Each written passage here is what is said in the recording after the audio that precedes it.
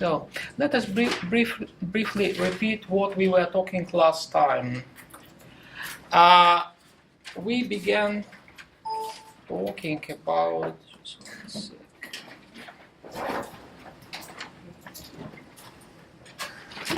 So we began talking about the church, the phenomenon of the church, and how this phenomenon was perceived in the earliest period of Christianity, in the first century. We are talking about the apostolic perception of the church, and we do this scheme. I don't know if you see it well. So we are talking about the rationale of the church. That the church is the incarnation of God, and it's a result of the outpouring of the Spirit, and its purpose is the salvation of people. We're also discussing what metaphors were used to describe the church, the phenomenon of the church. Like the people of God, Kahal Yahweh, like kingdom of God, new creation, first fruits, body of Christ, temple, female imagery, and finally ecclesia. Who can explain me what ecclesia means? Yes, Michael. It's basically the Greek word for church, but it means like kind of a community where it comes from like egg and olive, which means Correct. How did ancient Greeks use this word? Ecclesia? What did it mean for the ancient Greeks? What it means, for instance? like a place for like everyone, but the community. Yes, it was a community, certainly. Maybe not for everyone, but just for a specific social class. Yeah. A free man. Okay, good, thank you. We can add to this. Yes, please. It's like a place for debate, for, like as she was saying, like for, and like any man who, like without any social, like there's no hierarchy system. Correct. Yes, in the church. Outside the church there was a hierarchy, a very strict one, but inside the ecclesia there was no hierarchy in the ancient Greek world. Okay, good. Good, thank you. And we also discussed how this phenomenon of the church was perceived in the apostolic age. In particular, we were talking about two patterns of perception. One is the discipleship, and another one is the fellowship. Who can explain the difference between the patterns?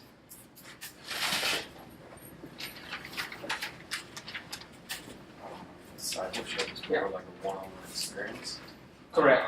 Whereas like fellowship, it's like one guy talking to like many people. Correct. Yes.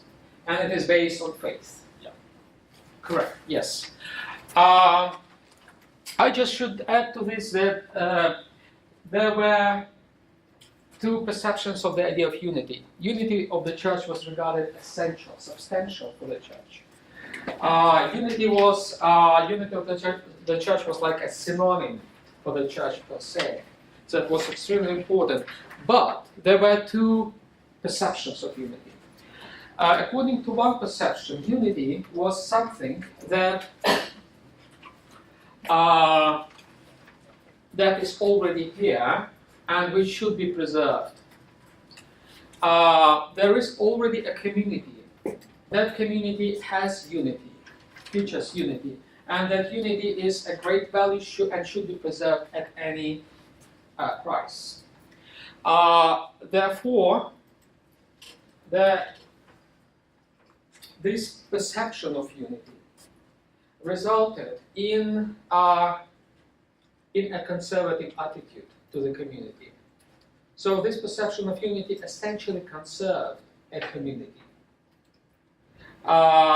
Struggled to preserve what already exists, what is already there. Another perception of unity perceived unity in a more dynamic sense of spreading out, of reaching out, of embracing as many and as many people and as much cultures and places and territory as possible. That unity was like more universal one, not a particular unity of a community, but a universal unity of the entire world, which should be embraced by the church. There were two protagonists of these two approaches to unity. For the first kind of integristic approach to unity, which tried to preserve the existent unity, the protagonist was Peter, Apostle Peter. For another kind of unity, which tried to embrace the entire world, was Paul. And they even had arguments, and those arguments have been reflected in the biblical books, in the Acts. So even though they are regarded two greatest apostles, they argued with each other. And the essence, the nature of the argument was about the nature of the unity of the church, which has to be preserved. So there was no doubt, no disagreement whether unity should be kept. It had to be kept. Every group perceived unity as a great value, but the interpretations of unity varied. And both sides were right and somehow wrong in the perception of unity, because those who wanted to preserve integrity, they were right about the value of integrity. Community should have integrity. People should feel comfortable in the community. The relations within the community between people should be as smooth as possible. However, they betrayed the universal call of the church in a sense. They didn't want to reach out, to go beyond. And that was a point for which that group was accused by people like Paul. Paul and his confederates were right in pursuing the universal character of Christianity, in making a Christian community universal, open to any culture, to any language. However, what they somehow overlooked was the integrity of the community. Because if you embrace people from outside, you somehow endanger the integrity of the community. That was the fear of those Christians who were with Peter, and who didn't like very much to go outside, and they cared about the integration of community. That was exactly a sort of mentality why I was kept at the airport for 2 hours. Because you can extrapolate those two mentalities to a broader world. When you have a country, a nation, or a large community which tries to preserve its integrity, sometimes by closing up inside, by not allowing others to enter. And there are also other people in the same community or nation or state who try to be as open as possible because they believe that is the mission of that belongs to the human nature. It is natural for human beings to be together, to share everything in common. So those two patterns of unity in the church work also in the larger communities, nations, and on the international level. And you cannot resolve their antagonism, if you want. They always were like that. There were always times of openness, and there were always times of closedness, when communities chose to be closed, or community chose to be more open. And probably it will continue forever. Which gives hope that the current policies of the present administration will not last forever, and will be replaced by some other policies. So this is about the apostolic perceptions of the church. Now we will move to how the community, the early apostolic community, developed into a hierarchical structure. Okay? The topic of our conversation today. As a matter of fact, the transition from discipleship to fellowship, two approaches that we discussed last time, paved a path for the evolution of the Christian community from Christocentric to ecclesiocentric. We touched briefly last time what is Christocentric. Christocentric is. Sorry, what's the word right before it? Like in the orange box. This one. Mm-hmm. It's just let me see myself. Yes, these are features.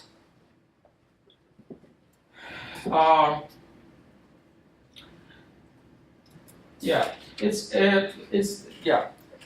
This is a phenomenon in the church, which led eventually to developing ecclesiocentrism. That was the part of the word ecclesiocentrism. Ecclesiocentrism as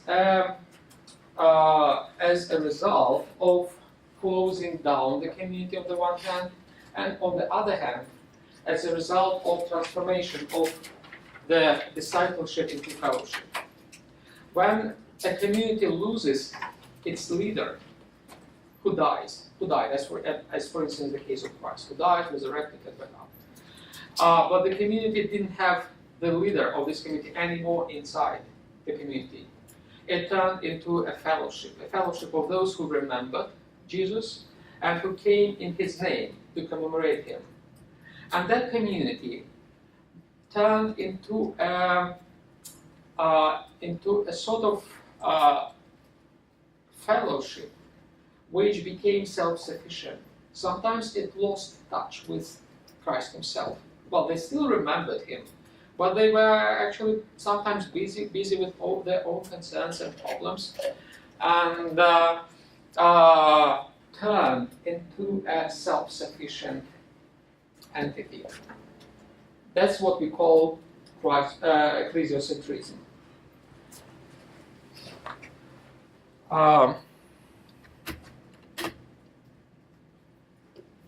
And exactly this transition from the discipleship to fellowship, from one pattern of building a community to another pattern of building a community, from discipleship to fellowship, marked this evolution of the church from Christocentric to ecclesiocentric.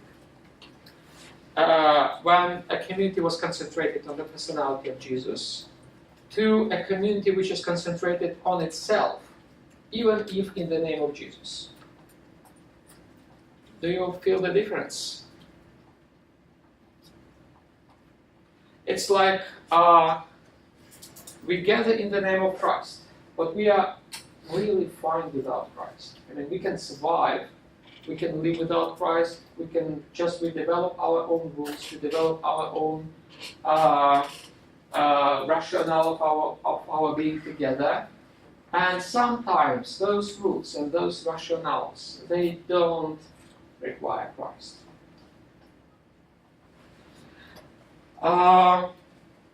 The two patterns of relationship to Jesus for the church relating to Jesus, Christocentric and ecclesiocentric, always struggle with each other throughout the centuries. And this dialectical kind of struggle continues even now. So as there were periods in the life of the churches when the churches were more open and then became more closed and then again became more open. So the church first were more Christ-centric, then again focused on itself, became more ecclesiocentric, then again opened up to Christ. And this kind of dialectics of the two attitudes continued for centuries and continues even now. And that dialectic is important to understand in order to understand developments within communities, within the church even now.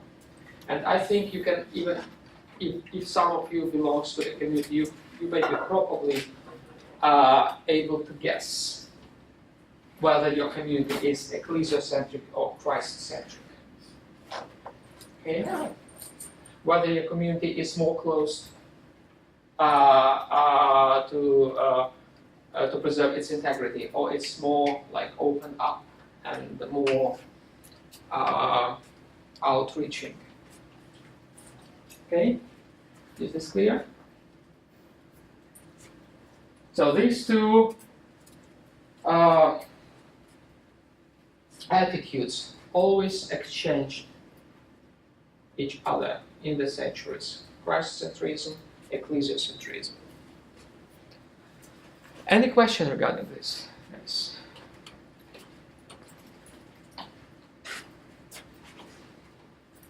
Mm-hmm. That's not always the case though, like if it's Christocentric, it's open, correct? Like there's such thing No, as they're not. Christocentric. They're not the same. Yes, Yeah. a community can be Christ-centric and can be closed, Okay.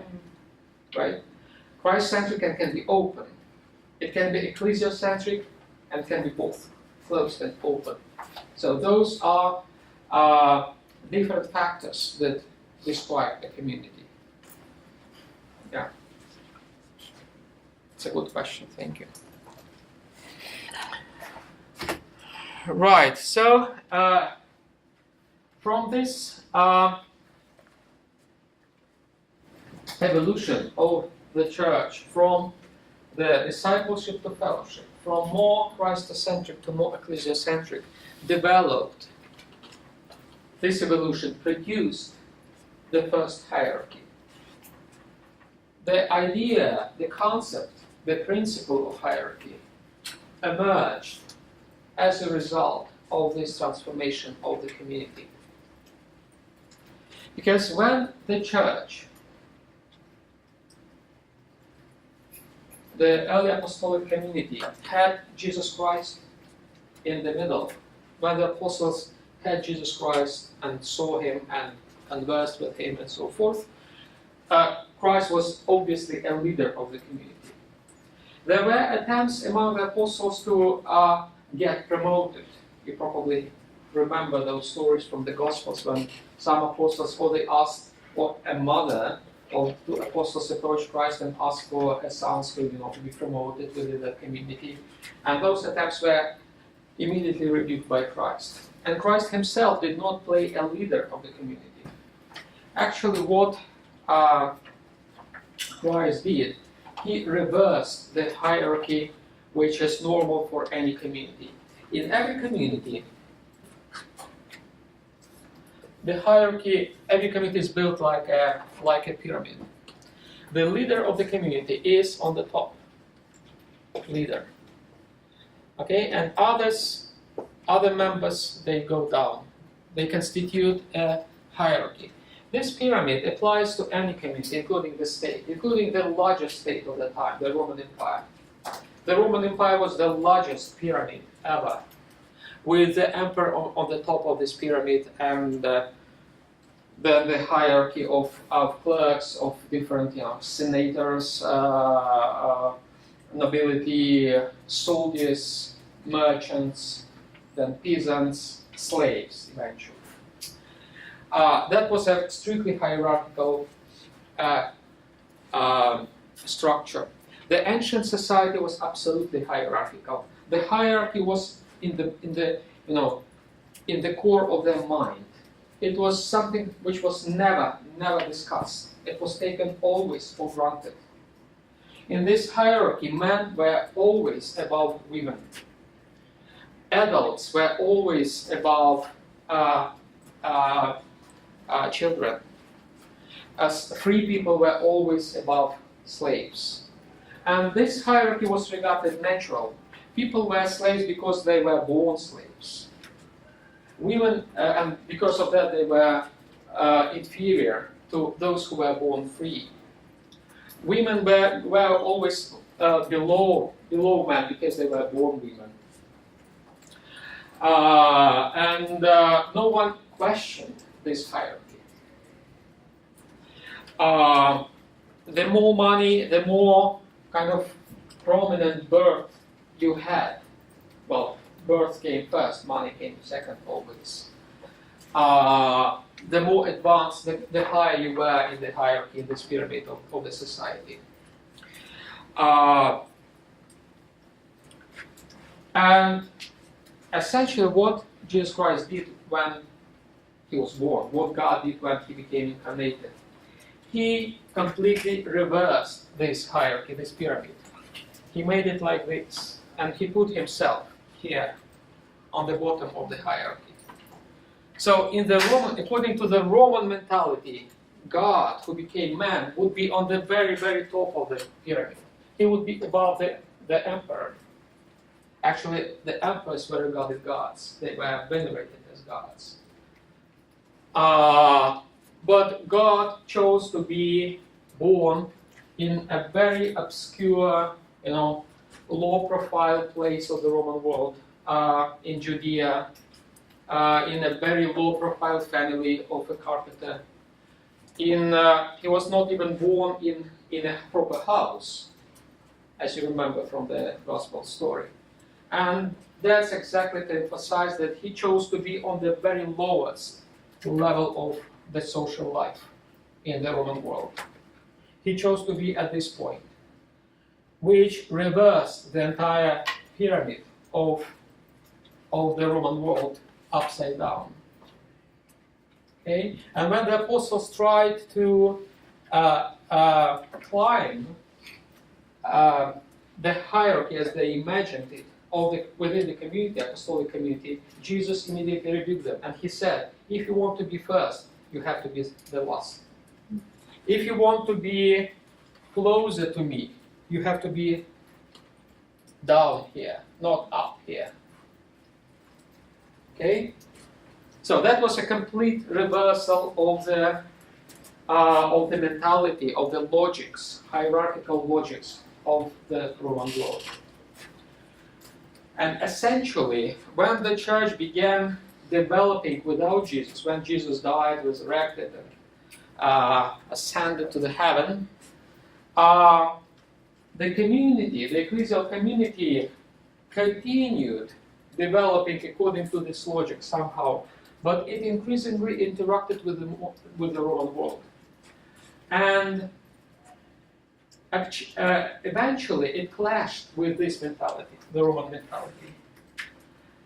And those two models were absolutely irreconcilable. And yet the Christians tried to create a synthesis to reconcile those two models. The models are irreconcilable, therefore eventually the church turned to this sort of pyramid. Well, in the words, often the church presents itself like this pyramid. Like the upper you are, if you are a bishop, then you are the slave of everyone. But in reality, it's not the case, and particularly it changed during the late antiquity and Middle Ages, when the church turned into a proper Roman pyramid.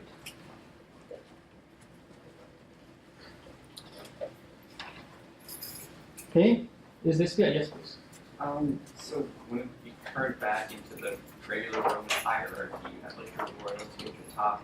Is it like a divine right kind of justification for it, or like how do they justify going against what's taught? They certainly try to justify this pyramid. And the justification of this pyramid came from a philosophical doctrine which is called now as Neoplatonism. Neoplatonism became an important source for theology and for administration of the church and of the societies in the Middle Ages and late antiquity.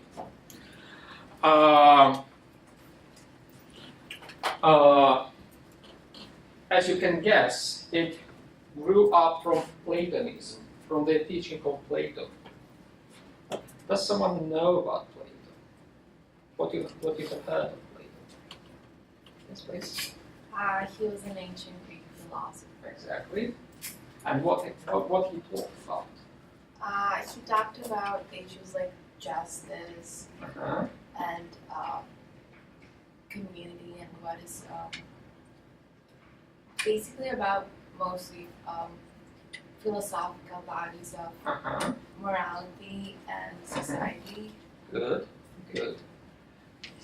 Does someone have another idea? Yes, please. So educating themselves. Right. Yes.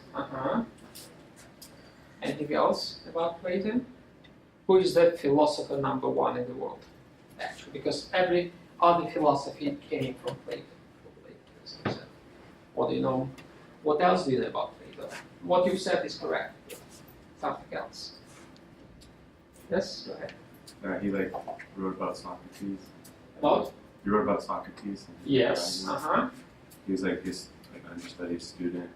That pretty much his philosophy was the idea of the forms and Exactly. The idea. The idea of idea is Platonic. He invented the idea of idea. Yeah. Anything else? Actually, yes, he invented the idea of idea, and he presented the idea as the archetype. Sorry, what is archetype? It's an English word coming from Greek. It's like a model. Exactly. It's the initial model, which it gets replicated in many copies, replicas. So for Plato, idea is the archetype, the initial thing which gets copied in the real life. He believed that there is a world of ideas which is very real, which is the most real thing in the world. The ideas exist as things in this world. And the world that we see is just a copy, and somehow distorted, blank copy, not exact copy, a copy with broken line, described in broken line, of this world of ideas. Okay? This idea of Plato that there is an idea and there is a realization and incarnation of an idea in this world. That, for instance, he would believe that there is an idea of a tree, an ideal idea of a tree, which existed somewhere, and all those trees are just, copies, not perfect copies of that idea. This idea of an archetype, which gets replicated in the real world, affected the perception of hierarchy.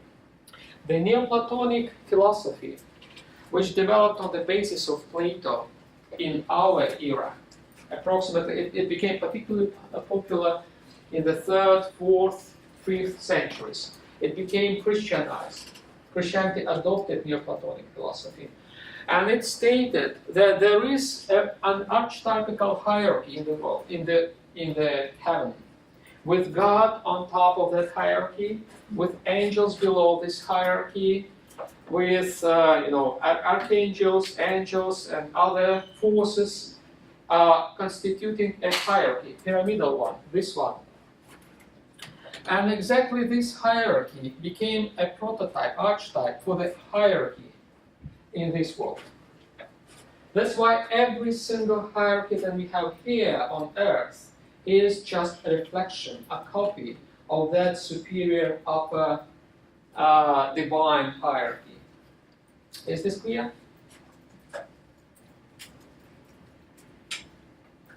Any question? So there is an ideal hierarchy here with God on top, right? Angels, archangels, angels, and so forth.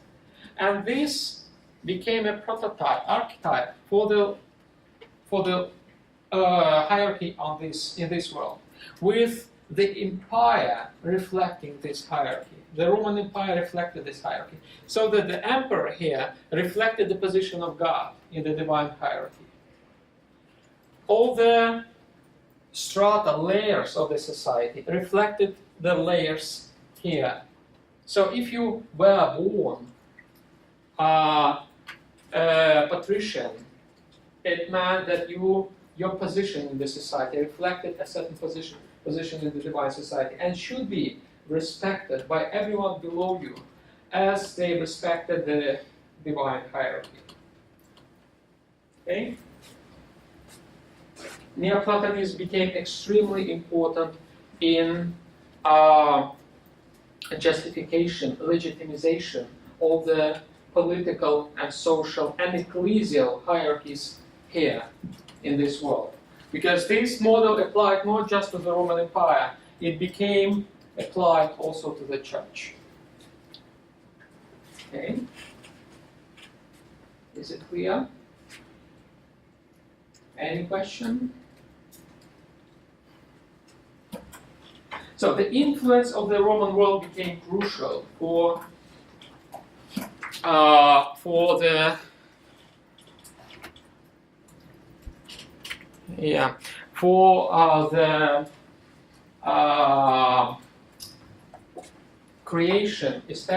establishment of a pyramid which would replace the initial pyramid that had been established by Christ in the incarnation.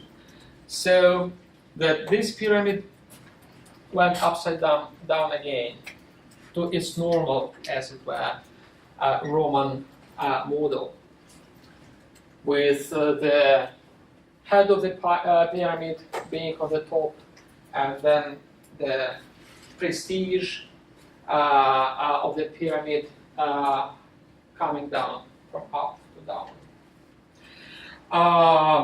So interactions with the Roman world was one thing. Another thing was Neoplatonic philosophy.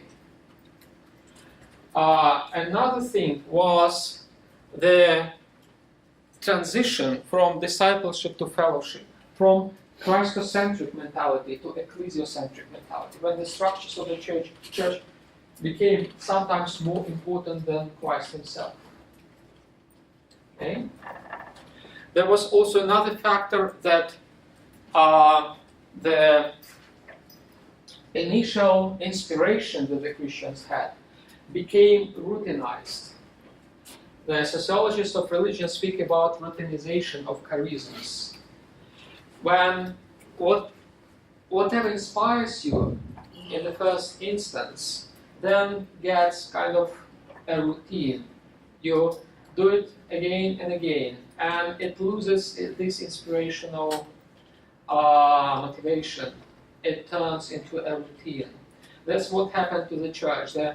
The initial kind of inspiration, the work of the Spirit that the Christians felt, turned into a sort of routine.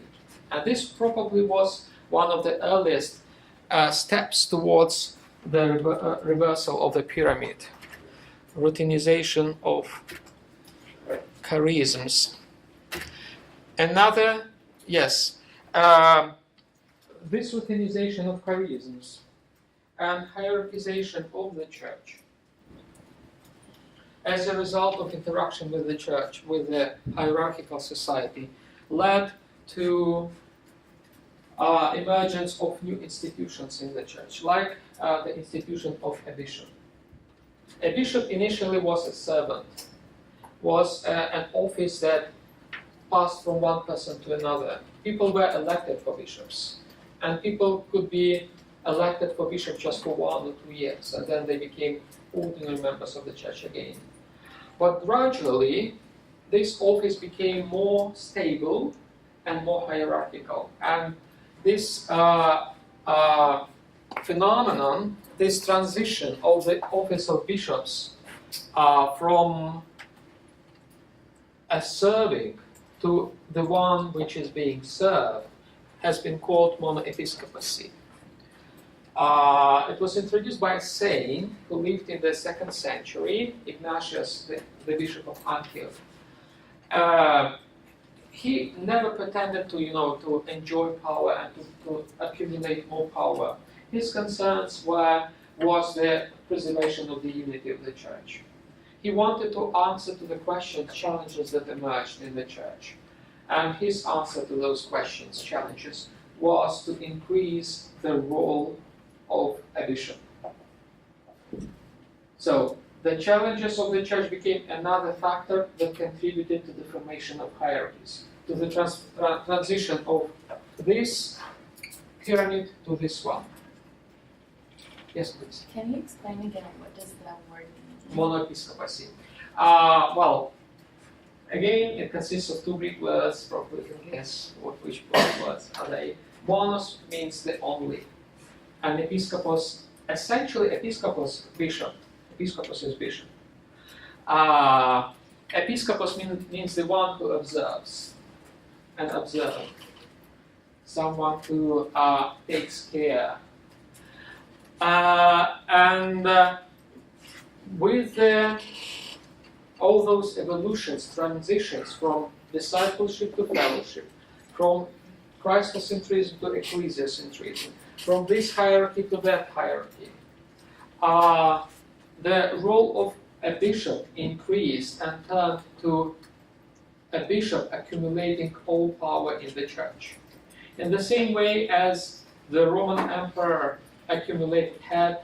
enjoyed entire power in the Roman Empire. That's what is called monoepiscopacy, where there is a single bishop who accumulates all power and who keeps in check all the charisms exercised within the church. When someone wanted to do something in the church, he or she had to have a permission of the bishop, not just do whatever they wanted. Because there were many abuses of this, possibility to do whatever they wanted, and the church eventually embarked on the model when everything had to be checked by one single bishop, hence is monoepiscopacy. Okay? And for monoepiscopacy became justified by the models from the Roman world, from Neoplatonic philosophy, from routinization of charism, because charism became just an office, just like a job.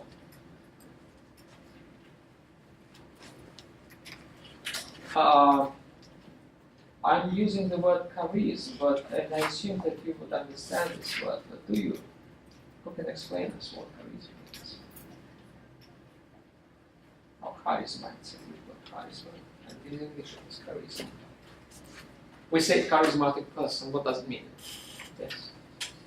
It's like someone who has been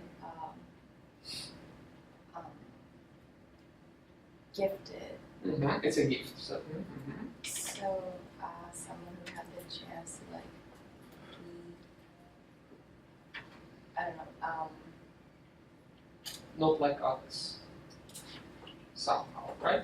yeah, It's a special feature of us, yeah. right?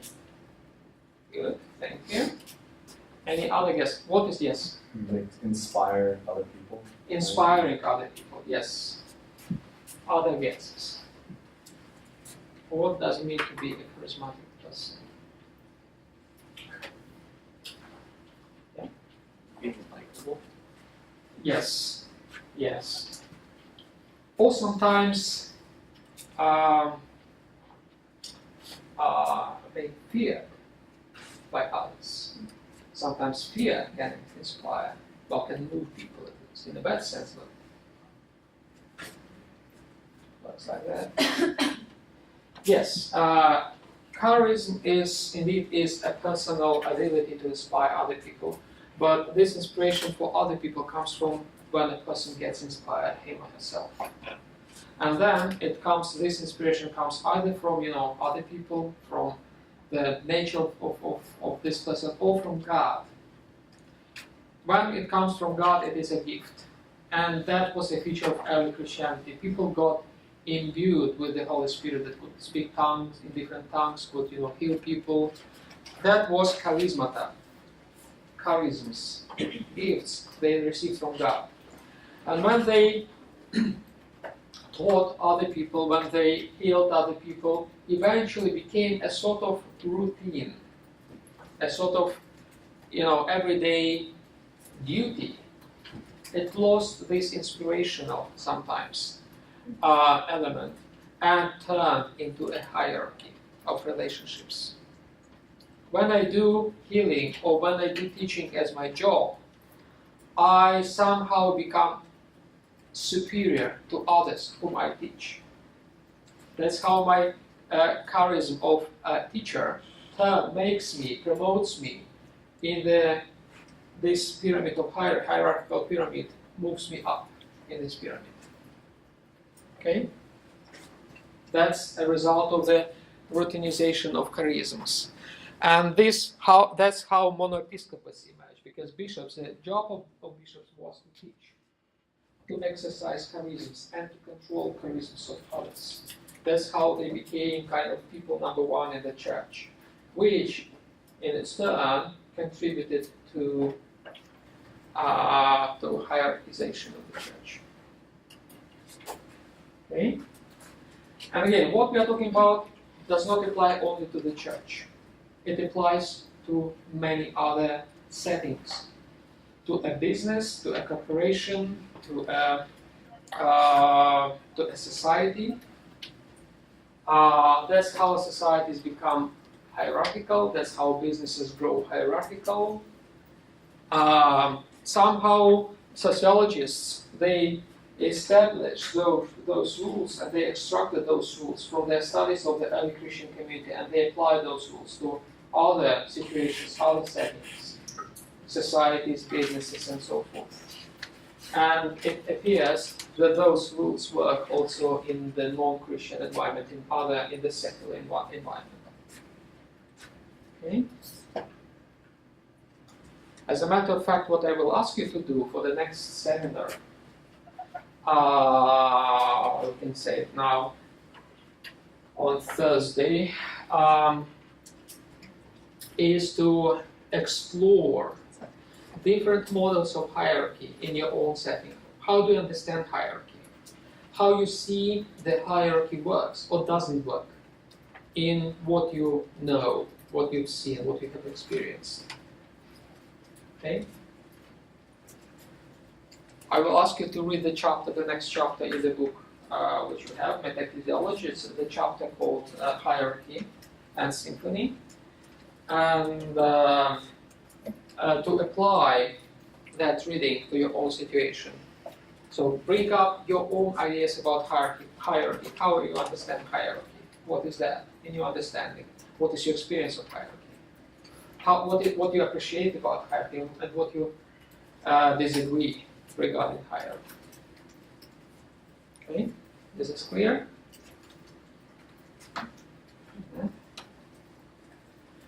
Well, hierarchy is not bad per se. Hierarchy is bad when it is abused, when it contradicts some basic principles. And it's difficult to discern where the hierarchy as an instrument, as a helping instrument, ends, and hierarchy as the principle that imposes upon people certain parts of behavior and imposes upon society certain structures which are not natural for the society begin. So it's a tricky work to discern what is good and what is bad about hierarchy. And I will ask you to do that in this work. Okay. Right, we go further. And yes, I wanted. Comes from. It comes from the idea of monoepiscopacy. Here is monoepiscopacy. I'm sorry, I wish I could present you this slideshow in a better way, but because I came straight from the airport, I didn't take my adapter to connect my iPad where it is more kind of natural to see.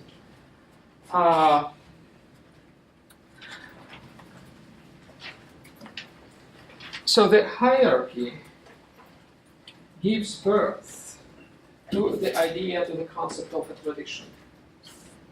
Tradition is another important concept for Christianity and for wider environments, which is connected with the idea of hierarchy, because traditions upkeep hierarchies. Traditions sustain hierarchies.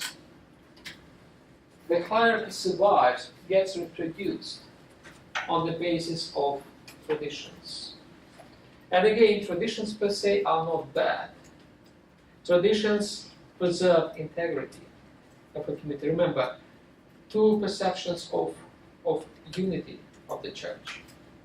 One is as an integrity, and another one as opening up. So the traditions preserve the integrity, the internal status quo of within the church. And they contribute to developing hierarchies, traditions. And there could be two perceptions of the tradition. Tradition as the initial principle. We can consider this pyramid as the tradition which was given by Christ himself. That is the core of the Christian tradition. That is something that sometimes is called tradition with capital T. The something which is given from Christ himself. This reversed, upside down pyramid is the tradition. Capital T. Okay? But in the time being, with the passage of time, during all those processes of evolution of a community, this tradition with capital T turns to traditions with small t. The traditions of hierarchy. When it is traditional that we have someone on the top of the pyramid, when it is traditional that males are always upper than females, this is also a tradition. But this is not this tradition. Sometimes these traditions contradict the tradition with capital T. They go against the teaching of Christ himself. And then, in this case, traditions contribute to building this pyramid, this hierarchy.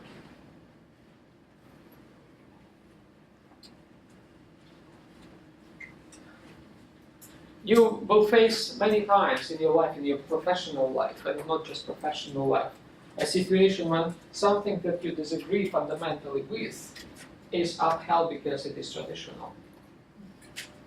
Okay? Sometimes it leads people to reject traditions altogether. But the paradox is when they reject traditions, some traditions, they, in place of those traditions, produce their own traditions, and they become the same hierarchical and pyramidal. So the point is not to reject the traditions per se, because you cannot get rid of them. They will be always replaced by other traditions, but to keep in mind that tradition with capital T. To keep something which is really, really you believe in. Okay? Is this clear, guys? Any question? Yes, please. So essentially, like the tradition would be how the Bible says like to lower yourself to be closer to God, but tradition is like All those interpretations of the Bible that were produced with the passage of time. The way how the Bible was perceived in the church. Sometimes this perception was correct. Sometimes it was wrong, under the influence of other factors, like, for instance, Roman Empire. Right? In those cases, their traditions, when they contradict that tradition with capital T, they should be discharged. They should be just replaced with healthier traditions. Again, well, my point is that you cannot get rid of hierarchy, you cannot get rid of traditions. What you need to do is to perceive them correctly and to apply them correctly, to make them correspondent to something which is really important. In our case, which is, well, in the case of the Christian church, Jesus Christ himself. If you take a business and a society, then, like, take the American society, if you want to make America great again, to keep it healthy, you need to go back to the foundations of the American states, to the founders, to the Constitution, not to all those, talks, conversations, traditions that emerged later on. Well, those are not necessarily bad, but I mean, if you want to have a healthy kind of approach to what is the United States, then you need to go actually to the foundations and to apply them again and again.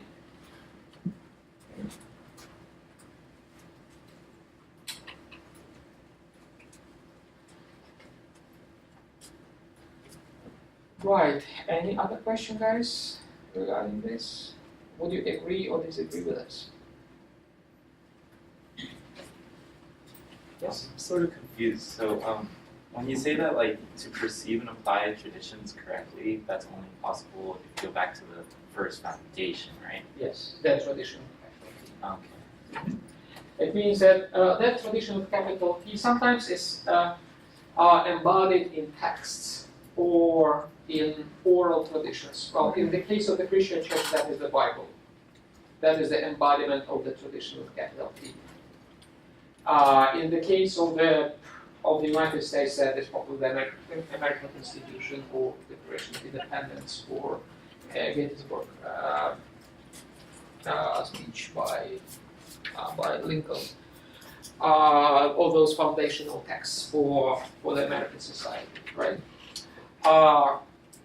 Sometimes the tradition with capital T is the direct experience. In the church, that is the breath of the Spirit, which communicates the revelation of God to a person when he or she prays. That is how people get in touch with the tradition with capital T, through prayer and through the touch of the Spirit. Well, Christians believe in this. It doesn't necessarily mean that others would believe in that, but, well, that's what Christians believe. So you can always find the tradition with capital T in any culture, any society, or a church, or the church. Yes? What's the difference between tradition with capital T and a lowercase t? Like, what makes the distinction there? Yes, because the tradition with capital with small t's are often interpretations of the tradition with the capital T. Interpretations in a particular historical setting to address particular issues. Sometimes those interpretations don't work in other settings. So if you blindly copy-paste those traditions to another context, another historical situation, they just don't work. Or when you begin venerating, worshipping those small traditions, interpretations, and confuse them with the tradition of capital T, with the original, then you also miss the point sometimes. You miss the original kind of source of those traditions, and you get confused. And you, for instance, absolutely traditional was to have slaves and to have to support slavery, and it was traditional for the church until the 19th century. It was a tradition, but was it a tradition with capital T? Certainly not.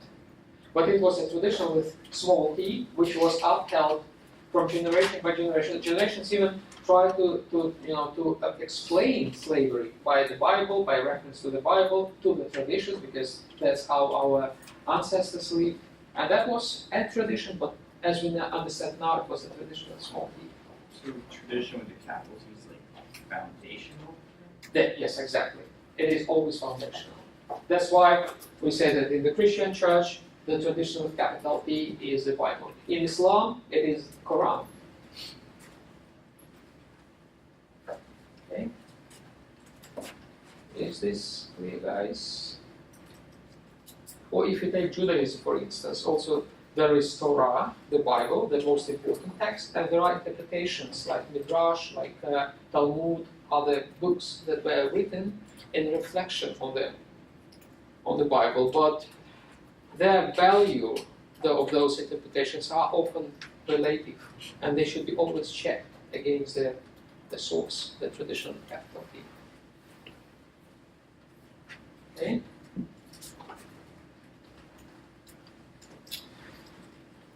All right, let's go through them.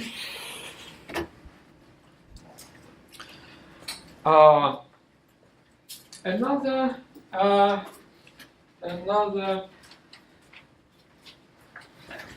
instrument that emerged in the church in order to preserve integrity of the church, especially to preserve the integrity of the church and the church that spread rapidly throughout the Roman world, was the so-called apostolic succession.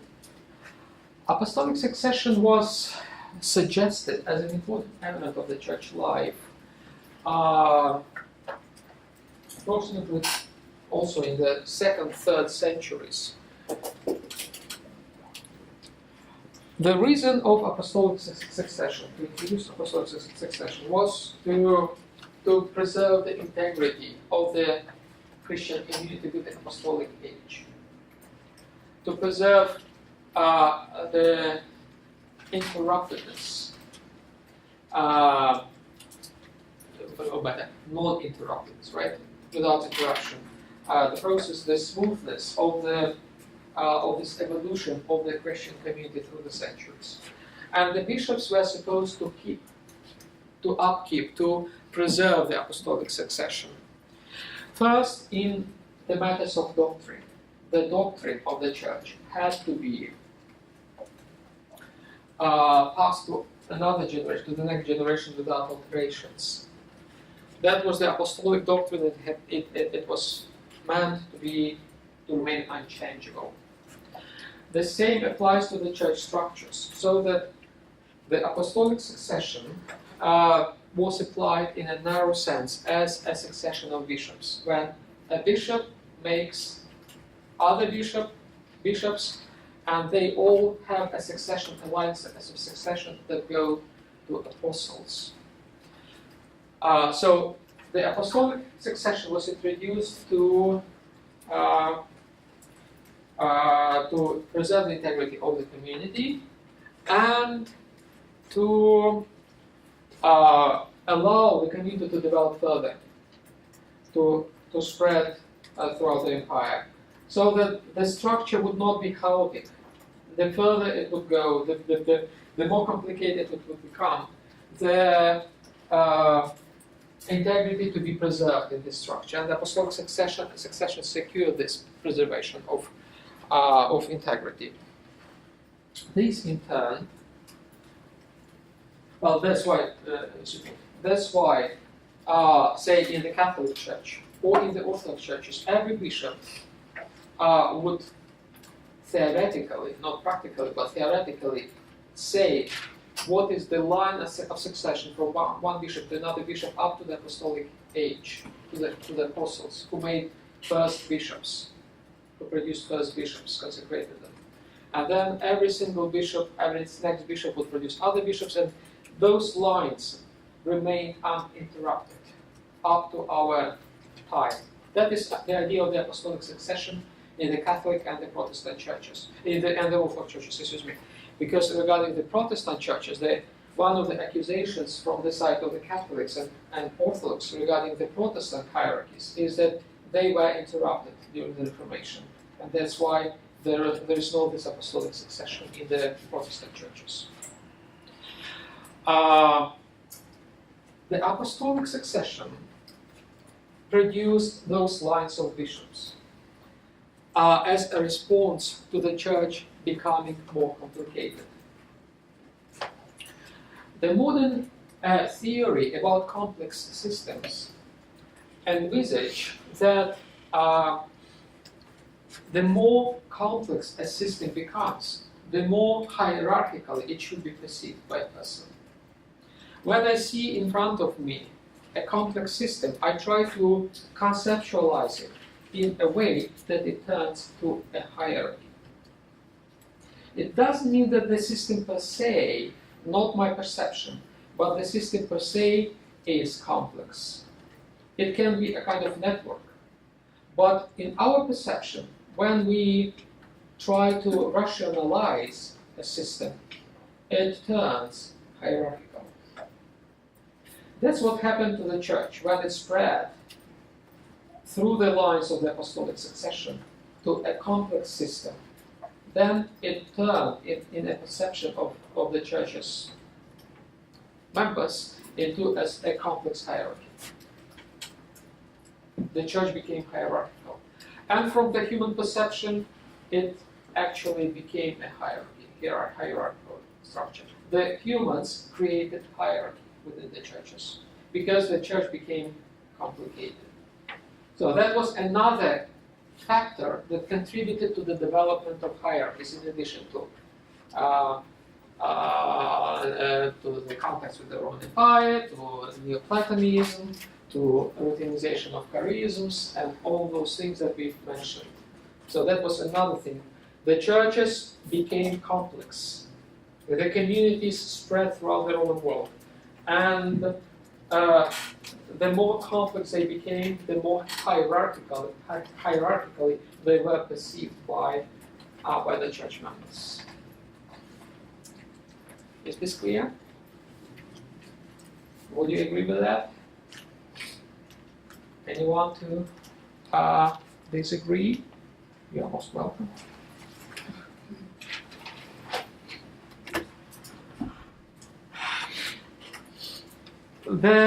This hierarchical perception of the church and the routinization of charisms and creation of the lines of the apostolic succession led to what in sociology they call stratification. Does someone study sociology? No. Maybe you've heard of stratification. It's not a Greek word, it's a Latin word, but it was introduced to the English language and it is used in the English language. What is stratification? Layers. Correct. Absolutely. It came from geology. Strata of layers in the mountain when there was a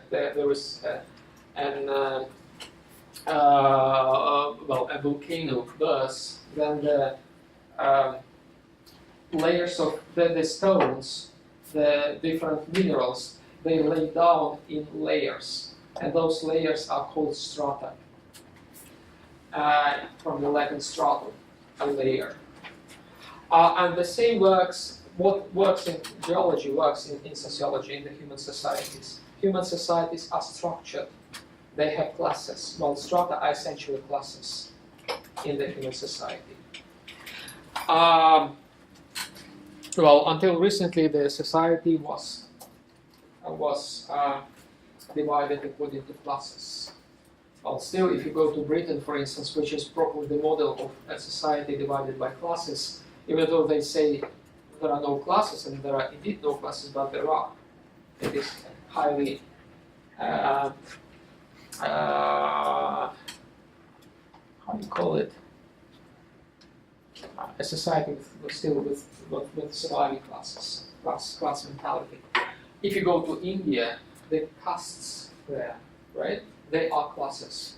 The castes made and still make the Indian society stratified. So the same process of stratification, where the society is divided by those classes, lines that separate classes one from another, and those classes are based on the kind of right of birth, like in the British Empire, or on the income, like the American society, or on other factors like in India. The castes have to do with religious perception of Hinduism. Then the same stratification happened in the church. The church became stratified. But the strata in the church did not reflect the kind of the way how a person, the place, the family where a person was born. His or her income. It reflected the person's position in the hierarchy. So that on the top of this stratified church were bishops, below were priests, and on the bottom of the stratified church were lay people.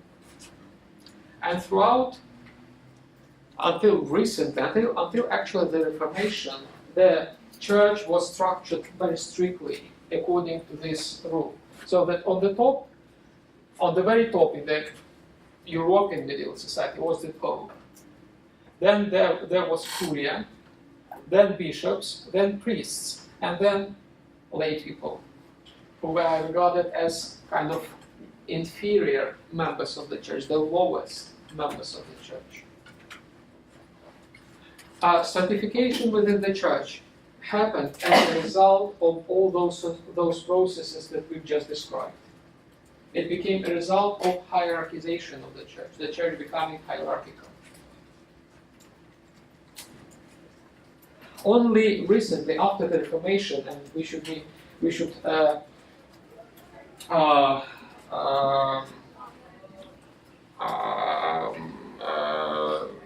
give justice to the Reformation. The great thing about the Reformation was that the Reformation actually returned somehow the church from this pyramid back to this pyramid. Again, stressed the importance of lay people in the church. Stressed the relative distance between the priests, say, ministers, and the lay people. So that was the great thing about the Reformation, which happened 500 years ago. And it urged even the Catholic Church to revise some of the patterns. The Catholic Church began moving back towards these patterns again. Well, if you see, and it was already in the 16th century when the Reformation happened, and it continues in the Catholic Church. If you see Pope Francis, he is a fan of this model of the church, the original Christian model of the church. Yeah.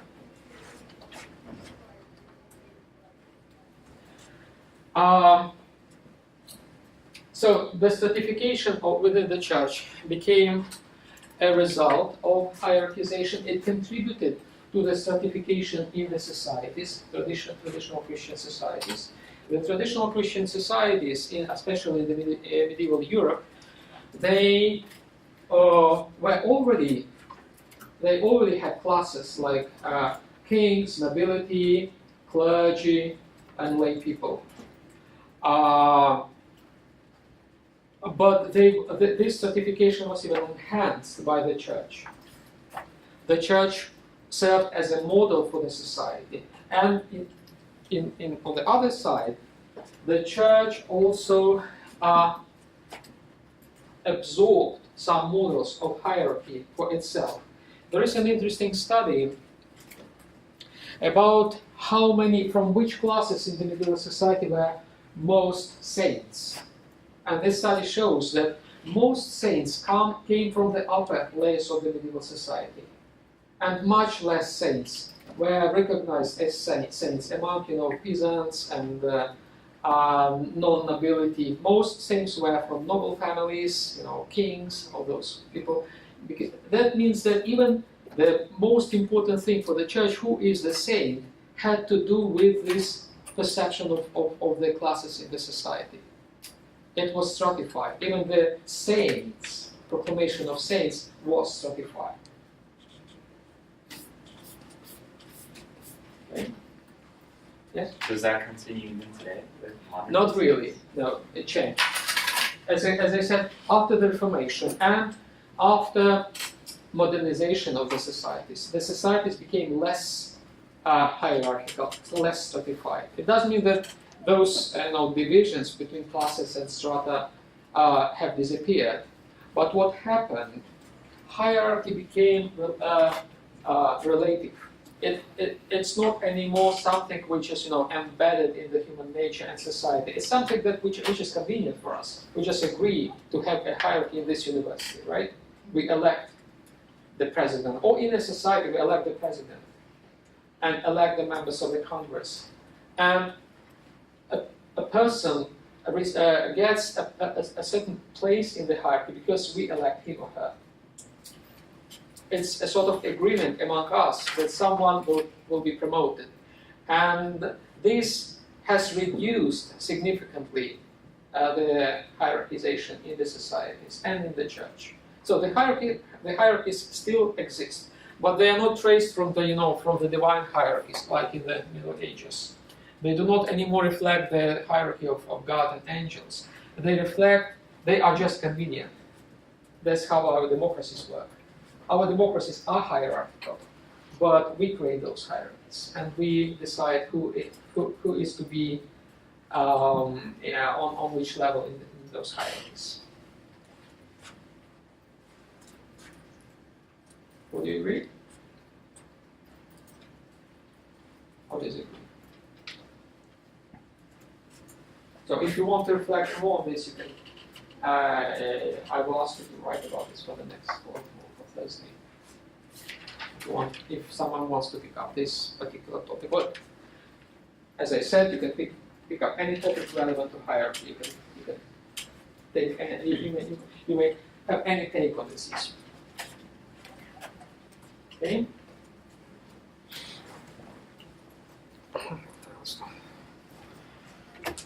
Right.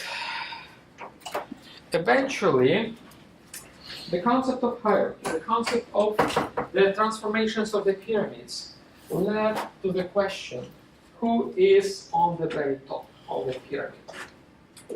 The question of primacy. Primacy is about the very top, the pinnacle of the pyramid. And this question became crucial in the church. It was, well, the society, the pre-modern society, certainly did not have doubt who would be on the top. It was always the emperor or a king. But what about the church? The church embarked on the same model that someone should be on the top of that hierarchy. And it was the Pope in the Catholic Church, or it was a patriarch in the Eastern churches. But there was someone always on the top. And now the question is whether we should consider that position of someone being on the top as given by God, established by God, or just a matter of convenience. Like our perception of political power in the Middle Ages and nowadays. In the Middle Ages, political power was something absolute. Until the 19th century, when the British monarchs, for instance, were still, anointed by God and was on the top of the political system because God put them there. And only recently we began realizing that the political authorities, the leadership, political leadership, is not something that comes from God, from us. It's something that is given from us, delegated from us. Now the question of the ecclesial power. It is related to these models. Because the traditional perception of the ecclesial power is that it is something given from God. Pope is someone who reflects, the superiority of God himself. Or ecclesial leadership is something which is convenient for the members of the church, for the churches. And the churches agree whether someone has to be a leader or disagree. Do you see the difference between two interpretations of the church leadership of the primacy? And actually, these two interpretations led to the schism between the Western and Eastern churches in the Middle Ages. Because the interpretation of the primacy in the West was that the Pope is someone who is put there to the Vatican, to the throne of the Pope by God himself. In the East, someone was on the top of the church hierarchy because that's how we agreed. Because we agreed to put him there. And the two interpretations clashed in the 11th century and led to the schism, separation between the church, Catholic Church and the Orthodox churches. Only now the Catholic Church began somehow reconsidering the nature of primacy. Still, if you ask Francis what would be his interpretation, he would say, well, the institute of papacy is something given from God. It's used divino. It's the divine right. Yes? Question. So the first interpretation was that it was agreed by the community. No, the first interpretation was that it is sent from God. Oh, just, okay. Yeah. And the second is that it is agreed by the community Okay, thank to you. have someone on the top of the hierarchy. Thank It's exactly the difference between the monarchical model of rule as it existed until the 19th century in many countries, that a monarch is someone given from God, because the monarchy was ancestry, so that monarchs were born monarchs, like as firstborn children, and then they were anointed to become monarchs in the state, and it was nothing. It had nothing to do with the choice of people. Or we still have presidents who sometimes have more power than the monarchs had in the past. But we believe that that power, they exercise that power not in the name of God, not because God gave them that power, but because we elect them. So essentially, you see the same model, and these two models, they work in the church as well. And still, they constitute, the difference between these two models constitutes the difference between two major traditions, Catholic and Orthodox. Okay. Are you surprised? Did you know this? Are you confused? Any questions?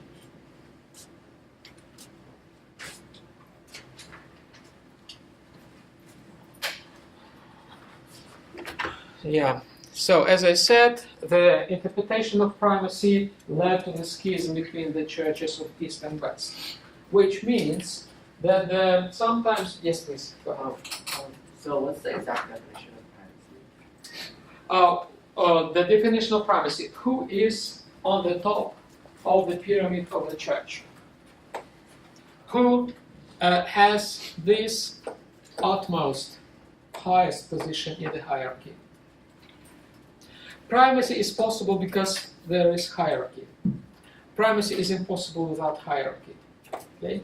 Because to be on the top of the pyramid, you have to have a pyramid. Okay?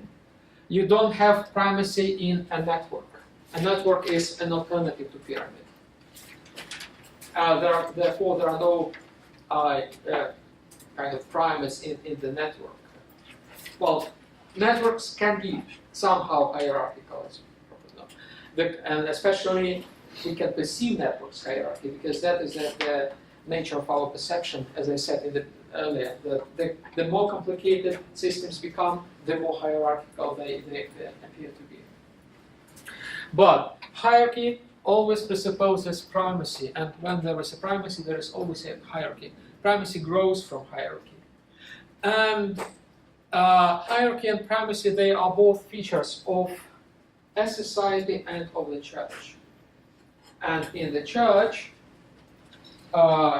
different interpretations of primacy, as a result of different interpretations of hierarchy, led to the division separations between the churches.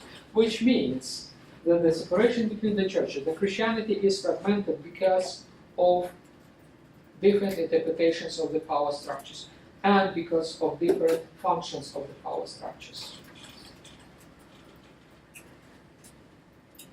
Okay? Everything has to do with the concept of ministry and leadership. I'd like to come back to the title of our class, because leadership is about interpretation of primacy, and ministry is also about interpretation of hierarchy. Yes. So for the stratification, is that for a definition, I guess? Is it kind of just like another word for hierarchy? Yes, it's another word for hierarchy. Stratification applies primarily to the society. Well, it was taken from geology, but it applies primarily to the society. In the social sciences, it means different classes within society. And there is an ongoing discussion whether